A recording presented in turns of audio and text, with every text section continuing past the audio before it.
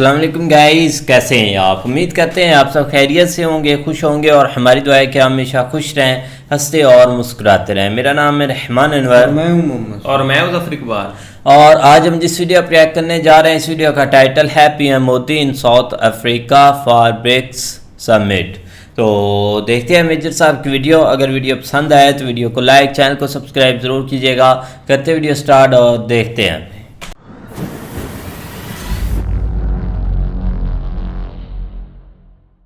China को पता है कि मांगने वाले को बैठक में नहीं बैठाते, मांगने वाले को चाय नहीं पूछते, उसको पानी नहीं पूछते, उसका लेन देन करके दरवाजे से बाहर फेंक देते हैं। बैरक ओबामा ने लाखों दर लाखों लोगों को बेघर कर दिया, कितने हजारों को ड्रोन स्ट्राइक में मरवा दिया।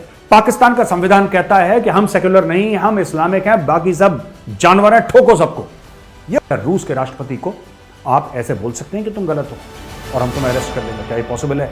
जय हिंद दोस्तों, मैं हूं मेजर गौरव आर्य और आप देख रहे हैं द चाणक्य डायलॉग्स। इस वीडियो को लाइक करिए, हमारे चैनल को सब्सक्राइब करिए, बेल आइकन दबाना बिल्कुल न भूलिए। दोस्तों, BRICS summit Johannesburg South Africa में दोबारा शुरू हो चुका है और उसमें पहुंचे हैं प्राइम मिनिस्टर नरेंद्र मोदी भारत से।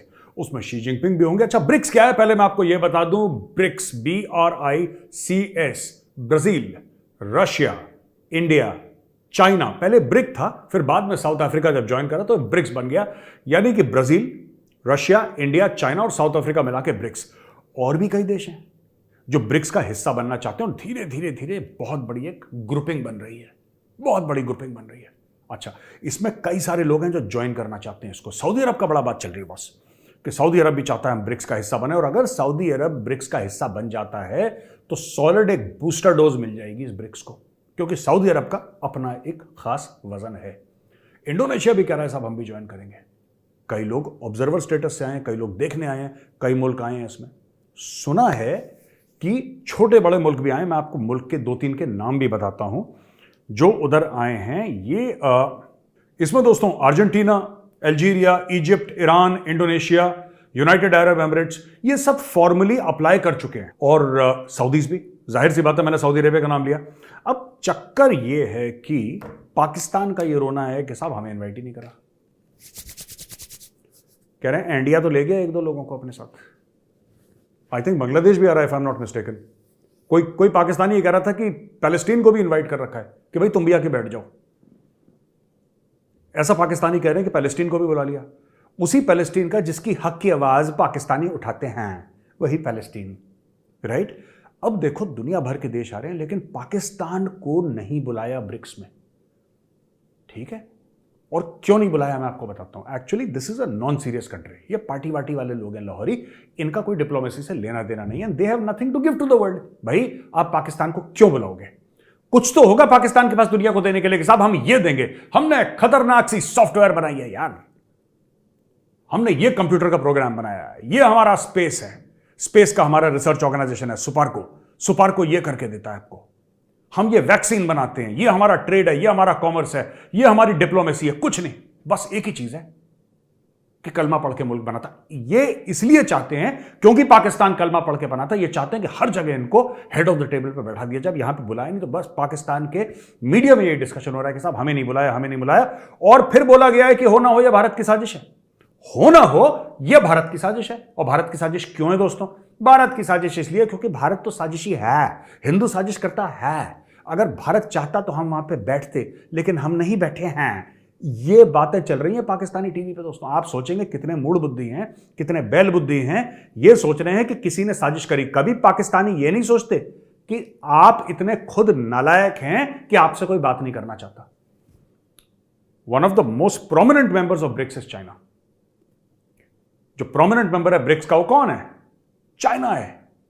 अगर चाइना चाहता तो क्या पाकिस्तान को नहीं बुला सकता था?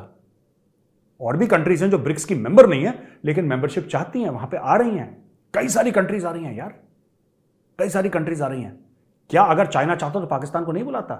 नहीं बुलाया चाइना ने, क्योंकि चाइना को पता है, चाइना को पता है कि मांगने वाले को बैठक में नहीं बैठाते, मांगने वाले को चाय नहीं पूछते, उसको पानी नहीं पूछते, उसका लेन देन करके दरवाजे से बाहर फेंक देते हैं। यह बात सच है। पाकिस्तानी, आपको मेरी बात कड़वी लगेगी, आपको लगेगी मैंने सख्त बात करी है, लेकिन क्या मैंने बात सच्ची करी झूठी करी है बताओ? आप ही कहते थे ना कि चाइना आपका सबसे अच्छा दोस्त है। आपके वो जफर इलाली एक्स एम्बेसडर चाइना हमारी दोस्त है। रोज के रोज बैठ के मैं यही है ही सुनता रहता हूं जफर अलानी का। आपको चाइना के पास जाना है। पता नहीं कहां से उसका एक्सेंट आ गया ऐसा। है पाकिस्तानी, पंजाब का एक्सेंट उसका दुनिया भर का मल्टीनेशनल है। ओ भाई साहब एक बात बताओ, चाइना क्यों नहीं ले गया आपको? ले जाना चाहिए था चाइना को। China should have taken you to BRICS.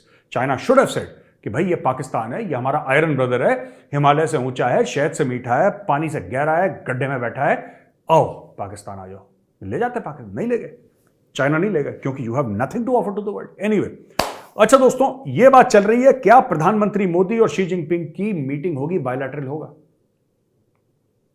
I don't know, इसके ऊपर कोई कमेंट नहीं कर रहा। अगर हो गया तो ठीक है, नहीं होगा तो सानू की। इंडिया को कोई ज्यादा फर्क नहीं पड़ेगा, ना चाइना को फर्क पड़ेगा, ठीक है। But fact of the matter is कि चाइना कोशिश कर रहा है भारत के साथ रिलेशनशिप चाइना के ठीक हो जाए। क्यों हो जाए, मैं आगे चल के आपको बताऊंगा। चाइना के लिए बड़ा सेंसिटिव मामला हो रहा है भाई साहब, जूते पड़ रहे हैं चाइना को पूरी तरीके से। जो चाइना का, मैं भी आपको रिपोर्ट का हवाला देके पूरा आपको कोट करके with proper facts and figures बताऊंगा। चाइना का मामला, जो चाइना की इकोनॉमी थी, चाइना का सुपर पावर था, वो चाइना से निकल गया। आपने पिक्चर देखी ना स्पाइडरमैन, अचानक स्पाइडरमैन को क्या होता है कि वो दीवार से नहीं चिपक पाता, यहां से उसके वेब नहीं निकलता, जो जाला निकलता था वो एक दिन निकलना बंद हो जाता। मैं देख रहा था कोई मूवी बहुत पहले, कई साल पहले की बात है, उसके पावर चले जाते हैं, तो ऐसी वो अजीब सा हो जाता है। तो चाइना के पावर चलेगा, चाइना बटन दबा रहा है, यहां से वेब नहीं निकल रहा, चाइना दीवार से नहीं चिपक पाता, तो अब चाइना स्पाइडरमैन नहीं रह गया, अब वो पीटर पार्कर बन के रह गया कोने में। तो ये चाइना का बहुत बुरा हाल है, आगे मैं चल के बताऊंगा। खैर, शी जिनपिंग से मीटिंग हो तो ठीक, ना हो तो ठीक, ये सब मीडिया वालों का हुआ है। मीडिया वालों को ना आदत है हर चीज की, अरे मीटिंग होने वाली है, मीटिंग होने वाली, अरे मीटिंग नहीं हुई, क्यों नहीं हुई, हो गई तो बहुत बड़ा हुआ, नहीं हुई तो क्यों नहीं हुई, किसकी साजिश थी, क्या हुआ, ये सब बकवास है, ठीक है। हो तो ठीक है, ना हो तो और भी बढ़िया। हमें चाइना से कोई लेना देना नहीं। अब जितनी जल्दी हम डीकपल कर रहे हैं ना चाइना के साथ, बॉस देश के लिए उतना ही अच्छा है, मान लो। जितना अलग हो रहे हैं चीन के साथ, जितना जल्दी हो जाए उतना बढ़िया देश के लिए। दूसरी चीज, व्लादिमीर पुतिन को, क्योंकि रशिया, ब्रिक्स आर जो है रशिया है, व्लादिमीर पुतिन शायद ना आए, ऐसा मीडिया कह रहा है, क्योंकि उनके ऊपर एक अरेस्ट वारंट है इंटरनेशनल कोर्ट ऑफ जस्टिस का। वो कह रहे हैं साहब यूक्रेन पे आपने अटैक कर दिया है, इसलिए आपके ऊपर एक वारंट है, आपको अरेस्ट कर लिया जाएगा भाई साहब, आपको अरेस्ट कर लिया जाएगा अगर आप कहीं आए। तो व्लादिमीर पुतिन के बारे में ऐसा कह रहे हैं कि व्लादिमीर पुतिन को आप, मतलब वो रशिया से उस पर ज्वाइन करेंगे, यानी कि इंटरनेट पे ज्वाइन करेंगे, Zoom call, Google Meet, whatever, Microsoft Teams, किस पे भी वो ज्वाइन करेंगे। यार मुझे एक बात समझ में नहीं आई, रूस ने यूक्रेन पर अटैक करा तो उसके लिए आपने बोला कि अरेस्ट करो व्लादिमीर पुतिन को। अमेरिका ने तो कोई देश ही नहीं छोड़ा, आपने जॉर्ज बुश सीनियर को अरेस्ट कराओ तो बताइए कि साहब हमने करा उसको अरेस्ट हैं? आपने उसके बेटे जॉर्ज बुश जूनियर को अरेस्ट करा, आपने बिल क्लिंटन को अरेस्ट करा, आपने बैरक ओबामा को अरेस्ट करा, आपने करा किसी को अरेस्ट? नहीं। बैरक ओबामा ने लाखों दर लाखों लोगों को बेघर कर दिया, कितने हजारों को ड्रोन स्ट्राइक में मरवा दिया, क्या क्या नहीं करवा दिया। आपने तो उसको नोबेल पीस प्राइज दिलवा दिया कि शांति दूत है, शांति का मसीहा है। तो ये दोगलेपन होते हैं, इसमें अमेरिका दोगला है, राइट। मैं फिर से कह रहा हूं, जो 9/11 हुआ था जिसमें 3-3.5 अमेरिकन मारे गए थे, ठीक है, ओसामा को ठोक दिया, बहुत अच्छा करा, फिर से जिंदा करके फिर ठोको, फिर जिंदा करो, फिर ठोको उसको, ही डिजर्व्स इट। लेकिन इराक वालों की क्या गलती थी यार? इराक के मासूम लोगों की क्या, उन्होंने क्या गुनाह कर दिया था कि आपने इराक को बर्बाद कर दिया? ठीक है, उसामा बिन लादेन पाया गया किधर? पाकिस्तान में। आपने अफगानिस्तान फूंक दिया क्योंकि आपके पास ताकत है, आप कर सकते हैं, आपका लॉजिक ही है। आपसे मेरी मुराद अमेरिका का लॉजिक ये है कि साहब आपने उस मुल्क को बर्बाद क्यों करा? क्योंकि हम कर सकते हैं, हमारे पास ताकत है, हमने फूंक दिया। व्लादिमीर पुतिन ने यूक्रेन इन्वेड करा, गलत, ठीक है, मैं नहीं करना चाहिए था, लेकिन गलती नेटो की भी है। उन्होंने इतना धक्का दिया कि उसने इन्वेड करा। मैं फिर कह रहा हूं उसने गलत करा, उसको नहीं करना चाहिए था, लेकिन he had very solid security concerns. America ने तो मुफ्त में देशों को इन्वेड करा यार, फ्री में बैठे बैठे ठोक दिया देशों को, बम गिरा के पूरी तहस नहस, पूरी नस्ल बर्बाद कर दी, जनरेशंस बर्बाद कर दी। आप क्यों गया था अमेरिका? क्या बेचने गया था वियतनाम? 10 साल लड़के आया। क्या बेचने गया था साउथ अमेरिका? इतने साल लड़के आया, दशकों लड़के आया। क्या बेचने गया था कोरिया? अमेरिका हर जगह इन्वेड करके। अच्छा, रशिया करे तो बुरा है, अमेरिका वही काम जो रशिया ने यूक्रेन में करा है अमेरिका 50 बार कर चुका है, कोई नहीं पूछने वाला उसको। तो भाई साहब यही स्टोरी है असली। अब पता नहीं पुतिन साहब आएंगे साउथ अफ्रीका, नहीं आएंगे, nobody knows whether he will go here और देयर, नोबडी नोज, ये बात की बात में देखेंगे। ठीक है दोस्तों, अब हम आते हैं अगली खबर पे। अच्छा दोस्तों, आपको पता है ऑर्डिनेंस 20 है पाकिस्तान में, ऑर्डिनेंस 20 जिसमें अहमदियों को बोला था कि ये मुसलमान नहीं है और दुनिया भर का ड्रामा, क्योंकि पाकिस्तान में पता नहीं क्यों, I don't know why they have this mindset. Anyway, 8 अहमदियों को अरेस्ट कर लिया गया। लाहौर के बदामी बाग एक एरिया है, लाहौर में 8 अहमदियों को अरेस्ट कर लिया गया क्योंकि वो प्रीच कर रहे थे, अपने मजहब के बारे में लोगों को बता रहे थे वहां पे।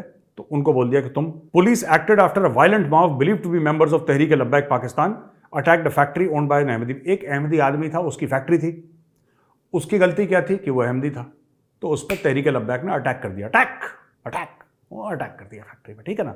अटैकर्स ने कुछ अहमदी कम्युनिटी के जो लोग थे उनको होस्टेज बना के रखा, उनको बंदी बना के रखा और फैक्ट्री तोड़ दी। फिर अहमदियों को पिटाई करी, तो उसमें से एक ने पुलिस को बुलाया कि रहम जिले लाई रहम। तो फिर भाई लाहौरी पुलिस आई, मोटे मोटे पेट लेके, लाहौरी पुलिस पूछे गर्दन में लेके, निहारी शहरी खा रहे होंगे, छोड़ के आए भैया इनकी मदद करने के लिए, बहुत बड़ा एहसान कर दिया।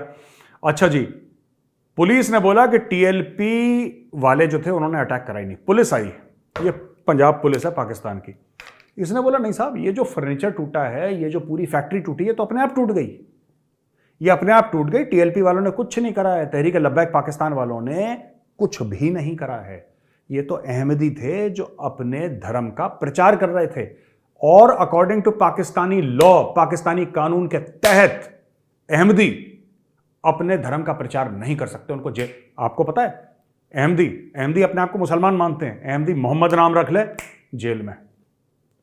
अगर अपनी कब्रों पे वो कलमा लिख दें, तोड़ दो इनकी कब्र। अगर वो अपनी इबादत गाह को, जहां पे पूजा पाठ करते हैं, अपना नमाज अदा जो भी वो अहमदी करते हैं, अगर उसको मस्जिद बोल दें, राइट, खत्म करो, तोड़ दो मस्जिद। ये पाकिस्तान में अक्सर होता है। यही पाकिस्तान जो दुनिया भर की माइनॉरिटीज की बातें करता है, फिलिस्तीन में क्या हो गया है, कश्मीर में क्या हो गया है, राइट, इंडिया में मुसलमान खतरे में हैं। ये लाहौरी, मैं बता रहा हूं, लाहौरी इतने मुनाफिक हैं पाकिस्तानी पंजाबीज में। लाहौरी सिर्फ शहर लाहौर की बात नहीं करता मैं इसे लाहौरी, मैं पूरे पाकिस्तान के जो पंजाबी हैं ना, ये सबसे, मैं माफी चाहता हूं, उनमें से अच्छे भी बहुत हैं, आई एम श्योर, बहुत अच्छे लोग भी होंगे उसमें से पाकिस्तानी पंजाबियों में, पर ज्यादातर पूरे पाकिस्तान में अगर आप जितनी भी कौमें हैं ना, आप ये देखें, सबसे मुनाफिक पाकिस्तानी पंजाबी हैं। They are the most hypocritical. इन्हीं को सबसे ज्यादा खुजली है, सबसे ज्यादा चुलनी के है। अब देखो, ईसाई गिरजाघर क्यों जाता है, तोड़ दो, 10-15 गिरजाघर तोड़ दिए, तोड़ दो यार, तोड़ दो, क्यों जाते हो तुम, तुम्हें मस्जिद जाना चाहिए, अच्छा जी ठीक है। शिया अपने मस्जिद क्यों जाता है, तुम्हें सुन्नी होना चाहिए, ठोक दो उसको, ठोक दिया। अब ज्यादातर वहां पे बरेलवी हैं, देवबंदी अपने मस्जिद का, ठोको, उसको मार दिया।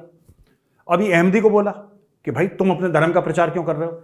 अच्छा देखो बॉस, ऐसा है कि ये जो कम्युनल वायलेंस होता है ना, ये हर जगह होता है। क्या भारत में नहीं होता, क्या भारत में नहीं होता, क्या भारत में हिंदू मुसलमान के दंगे नहीं होते हैं, क्या ऐसा नहीं हुआ है, कई बार हुआ है भारत में, कई बार हुआ है, झड़पें होती हैं, दोनों तरफ के लोग मारे जाते हैं, ये भी भारत में कई बार हो चुका है, तो हमारे लिए भी नई बात नहीं है। लेकिन पाकिस्तान क्यों 10 गुना ज्यादा गुनहगार है, क्योंकि पाकिस्तान का जो संविधान है, पाकिस्तान का आईन है, वो कहता है ठीक हो रहा है, ये करो तुम, नहीं समझ रहे आप। भारत का संविधान कहता है कि भारत एक धर्मनिरपेक्ष देश है, भारत का संविधान कहता है कि भारत सेक्युलर है। पाकिस्तान का संविधान कहता है कि हम सेक्युलर नहीं, हम इस्लामिक हैं, बाकी सब जानवर हैं, ठोको सबको। यह पाकिस्तान का संविधान कहता है। जो ऑर्डिनेंस 20 है, जिससे आपने अहमदियों को लिटरली क्रिमिनलाइज कर दिया, पाकिस्तान का संविधान कहता क्या है, पाकिस्तान का सीधा संविधान कहता है कि अगर ये अपने नाम के आगे मोहम्मद लगाए, ठोको, इसको जेल में डालो। ये अगर अपने आप को मुस्लिम बोले, और वो है मुसलमान अहमदी का सिर्फ यह चक्कर है कि बाकी मुसलमान मानते हैं कि जो आखिरी प्रॉफिट है, मुसलमान ये मानते हैं कि डेविड, जिनको डेविड बोलते हैं, राइट, क्रिश्चियंस डेविड बोलते हैं, उनको दाऊद बोलते हैं अरबी में, ठीक है, तो उनको भी प्रॉफिट मानते हैं। जिनको क्रिश्चियंस जीसस बोलते हैं, इनको अरबी में ईसा बोलते हैं, तो उनको भी पैगंबर मानते हैं मुसलमान भी मानते हैं उनको पैगंबर, ठीक है। जिनको क्रिश्चियंस या जूस जिनको इब्राहिम बोलते हैं, उनको इब्राहिम बोलते हैं, तो उनको भी पैगंबर मानते हैं, ठीक है, ये सबको मानते हैं मुसलमान भी, लेकिन मुसलमान ये कहते हैं कि आखिरी पैगंबर हजरत मोहम्मद थे। अहमदी कहते हैं ये आखिरी नहीं थे, इनके बाद ये बस एक इतना चक्कर है कि हजरत मोहम्मद के बाद भी एक पैगंबर आया था। ये एक लाइन की वजह से ठोको सबको, मार काट दो, मतलब उनकी कोई लाइफ की वैल्यू ही नहीं है। तो ये पाकिस्तान में 8 अरेस्ट हो गए क्योंकि उन्होंने बोल दिया कि जी हम अहमदी हैं और हम अपना आपस में बातचीत कर रहे थे, प्रीच कर रहे थे। वो भी इतने पागल के बच्चे नहीं है अहमदी पाकिस्तान में कि खुले सड़क में माइक लेके जैसे तहरीक लब्बैक वाले घूमते हैं। वो आपस में ही बात कर रहे थे फैक्ट्री के अंदर, तहरीक लब्बैक वाले पहुंच गए। मैं बता रहा हूं, इसमें भी जो पाकिस्तान की मुस्लिम मेजोरिटी है उन्हीं का गेम प्लान है ये कि अहमदी की फैक्ट्री है, तुम बोल दो उसने तौहीन रिसालत करी थी, तुम बोल दो उसने गलत बात करी थी प्रॉफिट मोहम्मद के लिए, तुम बोल दो उसने कुरान शरीफ के पन्ने फाड़े थे, बोल दो ये अहमदी है, ये बकवास कर रहा था, अपने मजहब का प्रचार कर रहा था, उसके फैक्ट्री की जमीन घेरो। ये बात लाहौरी कमर्शियल माइंडेड लोग हैं, ठीक है, खुद धंधा वंदा तो आता नहीं इनको, लेकिन लैंड ग्रैबिंग में ये लोग एक्सपर्ट हैं, जैसे इनकी फौज एक्सपर्ट है। अब इसकी अहमदी का जमीन घेर लेंगे फैक्ट्री का, आप देख लेना यही काम होने वाला है। जो गिरजाघर जले हैं ना 10-15, उनकी भी जमीनें घेर के ये लोग, जो पाकिस्तान की सरकार कह रही है कि हम इसके ऊपर दोबारा बनाएंगे, 2-3 दोबारा बनाएंगे टूटे फूटे, ठीक है। एक मंदिर तोड़ा था, उसके ऊपर मंदिर भी नहीं बनाया इन्होंने ठीक से। ये सब झूठे हैं, मैं बता रहा हूँ, मैं तो जानता हूँ इनको अच्छी तरीके से। I know Pakistani is better than Pakistanis, ये मैं दावे के साथ कह रहा हूँ। इमरान खान वाला दावा नहीं, जिसमें इमरान खान हर देश में जाता था और ये बोलता था कि मैं उज्बेकिस्तान को उज्बेक से अच्छा जानता हूँ, वो नहीं, ये मेजर गौरव आर्या का दावा है। मैं पाकिस्तानियों को पाकिस्तानियों से अच्छा जानता हूँ। I know you better and I know your country better than you, इसलिए मैं बता रहा हूं क्या होने वाला है आज, लिख के ले लो। अब दोस्तों मैं आपको बताता हूं चाइना की इकोनॉमी, जिसके बारे में मैंने आपको बोला था ना कि मैं आपको बताऊंगा चाइना की economy. The Wall Street Journal in a major Sunday story wrote that economists now believe China is entering an era of much slower growth made worse by unfavorable demographics and a widening divide with the US and its allies। तो basically क्या है, उसने बोला है कि China जो चौके छक्के मार रहा था ना इकोनॉमी की फील्ड में, ये कर दूंगा वो कर दूंगा, ऐसा कर दो वैसा कर दो, अब चाइना की लुप लुप होने लगी। और क्यों होने लगी? एक तो डेमोग्राफिक, यानी कि चाइना में पहले 1 चाइल्ड पॉलिसी थी, पहले बोला था एक ही बच्चा पैदा करेगा, अगर कोई भी हस्बैंड वाइफ जैसे जिनकी शादी हुई, जिनका दूसरा बेबी होना, तो उसको बच्चे को अबॉर्ट कर देते, चाहे उसकी मां मर जाए, उसमें कोई दिक्कत नहीं है। ये चाइना का रूल था भैया। तो कई साल तक पॉपुलेशन कंट्रोल करने के लिए 1 चाइल्ड 1 चाइल्ड 1 चाइल्ड 1 चाइल्ड। अब वो 1 चाइल्ड के चक्कर में पूरी इकोनॉमी बुढ़ी हो गई, है ही नहीं को बच्चे वहां पे। अब चाइना को दर्द हो रहा है। इंडिया में उल्टा खेल है। इंडिया में यंग पॉपुलेशन बहुत है, चाइना की एवरेज पॉपुलेशन इंडिया से 10 से लेकर 12 साल ज्यादा है। यानी इंडिया में जो लड़का 25 साल का है, एट एन एवरेज की बात कर रहा हूं, at an average, I am just talking average, so don't think I am talking about one particular person. Average अगर इंडिया में 25 साल का है तो वही बंदा उसी का पैरेलल चाइना में 35 या 37 साल का है, 35 to 37 ईयर्स के बीच का है। आपसे 10 से लेकर 12 साल का फर्क है इंडिया और चाइना की मीन पॉपुलेशन में। तो एक तो वो, दूसरी चीज ये कि इसने अपने बाप से पंगा ले लिया। चाइना का बाप कौन है? अमेरिका। चाइना ने पैसे ही कमाए हैं अमेरिका के ब्रांड का मैन्युफैक्चरिंग करके, चाइना का इनकम का सोर्स ही वो है। ये जो था ये भूल गया कि पापा कौन है, चाइना। अब अमेरिका ने बोला कि बेटा अभी समय आ गया कि हम तुम्हें याद दिलाते हैं कि पापा कौन है। तो अमेरिका ने बोला कि ठीक है, जो हमारी कंपनी है ना, तुम्हारे यहाँ मैन्युफैक्चर नहीं करेंगे, धीरे धीरे निकालो वहां से। अब धीरे धीरे कंपनी निकाल रहे हैं तो वहां पे चाइना में जूते पड़ रहे हैं, क्योंकि वहां पे धंधा बंद हो गया। भाई अगर आप मेरे ठेके पे काम कर रहे हो तो आप मेरी बात सुनोगे ना, मेरी बात सुनोगे। मैंने आपको पैसा दे दिया, आपने मेरे पैसे से गाड़ी खरीद ली, फिर आप मुझे ही आंखें दिखा रहे हो, ये तो नहीं हो सकता। अच्छा जी, ये कहना है कि अकॉर्डिंग टू द रिपोर्ट, ये जो वॉल स्ट्रीट जर्नल की रिपोर्ट है दोस्तों, the total date including that held by various levels of government and state-owned companies, climbed to nearly 300% of China's GDP as of 2022, surpassing US। ओ भाई साहब, यानी कि चाइना का debt to GDP ratio, it is 300% of China GDP. जो China की GDP अगर 10 रुपए है, तो जो उन्होंने डेट लिया है, जो उन्होंने लोन लिया है, जो उन्होंने कर्जा लिया है, वो 300% उससे ज्यादा है। How will China service the debt? ले तो लिए। तो यही शी जिनपिंग ने अपने ऑफिशियल्स को बोला था मीटिंग में कि बेवकूफ के बच्चों, तुम लोग सोच रहे हो कि तुम पैसा उधार लेके जो बड़ी बड़ी कांच वाली बिल्डिंगें बना रही हो, सब उधार के पैसे से बना रही है, वापस तो देना है। तो अब चाइना की इकोनॉमी डगमगा रही है। इंडिया की इकोनॉमी मॉर्गन स्टैनली के हिसाब से अब टेक ऑफ कर रही है और चाइना की एंड कर रही है। तो दोस्तों यहां पे हमारा वीडियो खत्म होता है। एक सवाल का जवाब जरूर लिखिएगा, क्या व्लादिमीर पुतिन को ब्रिक्स समिट में साउथ अफ्रीका में आना चाहिए कि नहीं आना चाहिए? क्या रूस के राष्ट्रपति को आप ऐसे बोल सकते हैं कि तुम गलत हो? और हम तुम्हें अरेस्ट कर लेंगे। क्या ये पॉसिबल है?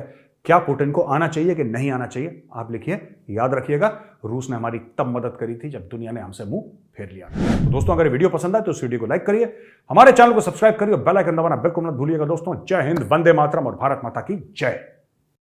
जैसा हमने वीडियो देखी मेजर साहब की, बिल्कुल भाई अब ब्रिक्स समिट हो रहा है, पीएम मोदी जाएंगे, मतलब वही गए हुए हैं भाई। तो बड़े बड़े लीडर वहाँ पर इकट्ठे होंगे, कुछ नई कंट्रियाँ के जैसे मेजर साहब ने बताया है वो जाएंगे। तो वो अपना जो डील होगी या जो चीज़ें होंगी देखेंगे, सब इकट्ठे होकर सोचेंगे आने वाले अपने फ्यूचर के बारे में। तो लेकिन सबसे पहले यही पॉइंट मैं भी भाई सबसे पूछता हूँ कि पाकिस्तान ने जो बोला है हम भी जाएंगे या जो भी चीज़ें हैं कि हमें क्यों नहीं बुलाया, इधर मीडिया पर जो टॉक शो हो रहे हैं, लेकिन इन्होंने वहाँ पर जाके करना क्या है? ये तो एक सवाल बनता है कि वहाँ ये जाएंगे, क्यों जाएंगे, ये इसका मुझे नहीं पता भाई। क्योंकि इन्होंने इतने समिट अपने भी बनाए हुए हैं, वहाँ ये खुद के अपने भाई होस्ट करते नहीं ना, इन्होंने जाना होता है। अगर जाना होता है वहाँ क्या, वहाँ बैठ बूट के आ जाना होता है, या जाकर बोल देते हैं कि हमारे मुल्क डूब रहा है, सैलाब आया हुआ है, वैसे कोई चीज़ें चाह रही है तो हमें पैसे दे दो। इससे ज़्यादा बढ़कर इन्होंने या तो वहाँ भी जाकर मांगना है, क्योंकि वहाँ पर होती है भाई फ्यूचर की बातें होती है, अपनी इकनॉमी की, अपने मुल्क के बारे में बातें होती हैं, तो सब इकट्ठे होते हैं। लेकिन इन्होंने अपने फ्यूचर क्या बनाए हुए हैं कि भाई बस एक दूसरे को मारो, ज़मीनें घेरो या कुछ और करो यार, बस यही चीज़ें इधर चल रही होती हैं। जब भी देखो आप न्यूज़ चैनल पर, या अब एक नया ट्रेंड चल गया। नया ट्रेंड क्या चला है कि ये जो अहमदियों वाला है या कोई और हिंदू है या कोई और मतलब क्रिश्चियन है, अब देख लो कि लास्ट 3 वाक़े हो चुके हैं। पहला वो मंदिर वाला, दूसरा ये फैसलाबाद वाला, और तीसरा अब ये कल अहमदियों वाला है भाई कि 8 वो बेचारे पकड़े गए हैं। तो टीएलपी वाले निकल आते हैं, तो जहाँ उनको भाई चीज़ मिलती है वो उनके आगे कोई बोलेगा ना एक ही भाई। उन्होंने व्हाट्सएप ग्रुप बनाए हुए हैं, एक दूसरे को नंबर दिए हुए हैं, बस वहाँ पर मैसेज करते हैं तो वो ऐसे फैल जाता है, तो सारे वहाँ पर इकट्ठे हो जाते हैं, वहाँ काम शुरू हो जाता है। ये चीज़ है, लेकिन इन्होंने वहाँ जाकर क्या करना है ये हमें भी नहीं भाई इस चीज़ की समझ नहीं। ब्रिक्स में काफ़ी एक मतलब कि चेंजिंग हुई है, कल मीटिंग हुई है और चाइना ने पाकिस्तान को इनवाइट भी किया है, इसमें कोई डाउट नहीं है।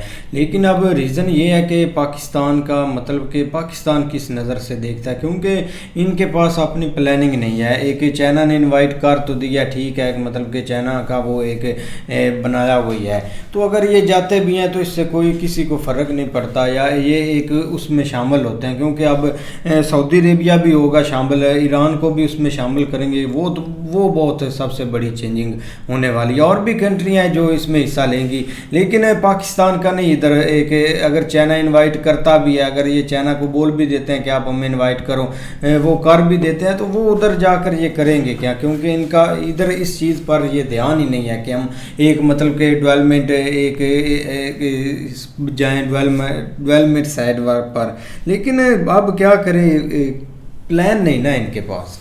नहीं, बिल्कुल ऐसे ही है। लेकिन ये कि बस ज़ोर ज़बरदस्ती चल रही है। रात को भी एक न्यूज़ चल रही थी कि भाई चाइना ने इनवाइट किया है, चाइना कह रहा है कि मतलब ना पाकिस्तान को वहाँ पे ज़रूर होना चाहिए।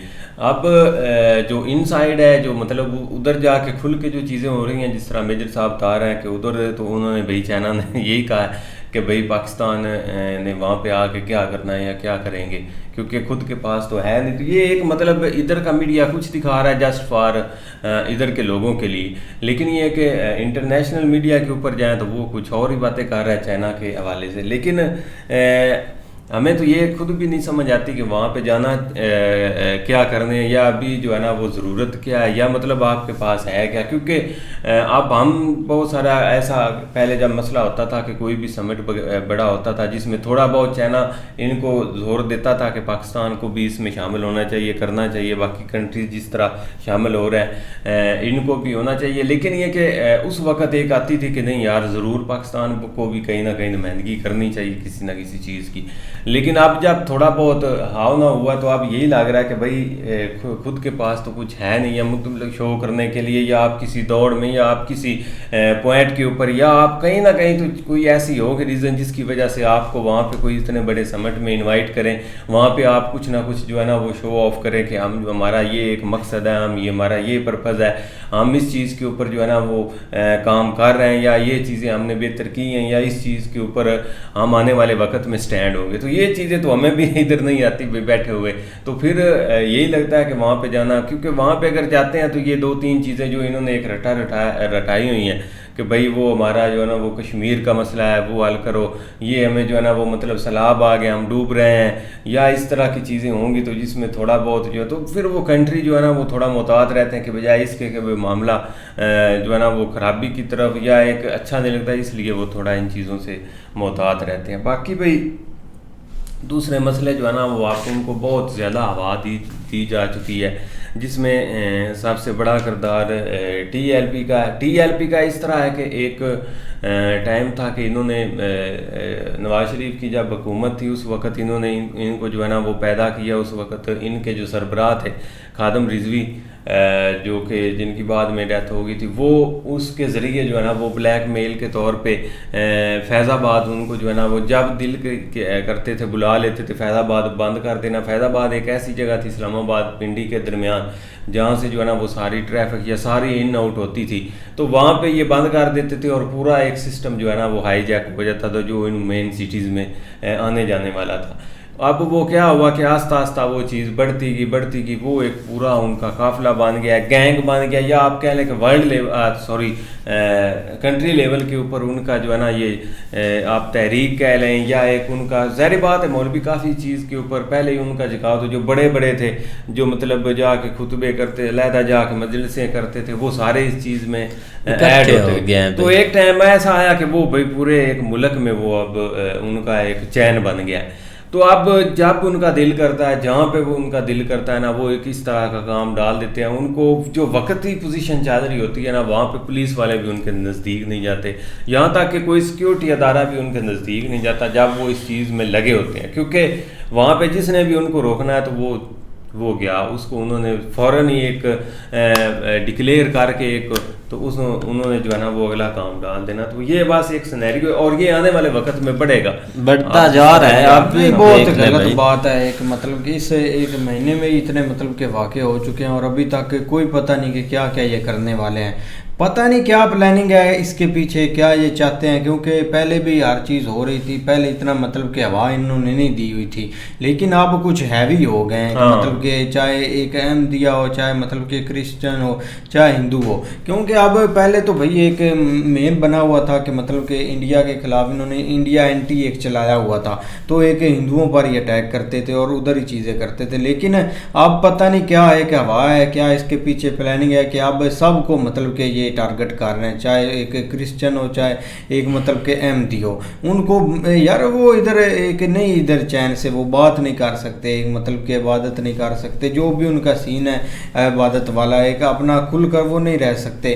लेकिन एक टीएलपी भाई उनका एक बहुत बड़ा ग्रुप बना हुआ है ना, एक होता है ना माइंड सेट या माइंड होता है बंदे के अंदर, वो तो उनका पता नहीं, वो जैसे एक शामिल होते हैं ना टीएलपी में तो वो उनको मतलब के निकाल लेते हैं कि आपने जो हमने बोलना है बस आप नहीं सुनना है। वो होती है ना एक चिप रोबोट वाली, वो चिप इनके अंदर डाल दी जाती है, एक मतलब कि आपने इधर एक जैसे इनका कनेक्शन आपके हाथ में है, ऐसे एक मतलब के ज़ोंबी की तरह लोगों को मतलब के पड़ जाएंगे उनके पल्ले। गलत बात है जो भी हो रहा है, इससे बहुत मतलब कि आपको नुकसान हो रहा है ना बहुत ज़्यादा। बाकी अच्छी वीडियो थी, मेजर साहब की उम्मीद करते हैं आपको वीडियो पसंद आएगी। अगर पसंद आए तो वीडियो को लाइक, चैनल को सब्सक्राइब ज़रूर कीजिएगा। मिलते हैं नए वीडियो के साथ, तब तक के लिए अल्लाह हाफिज़।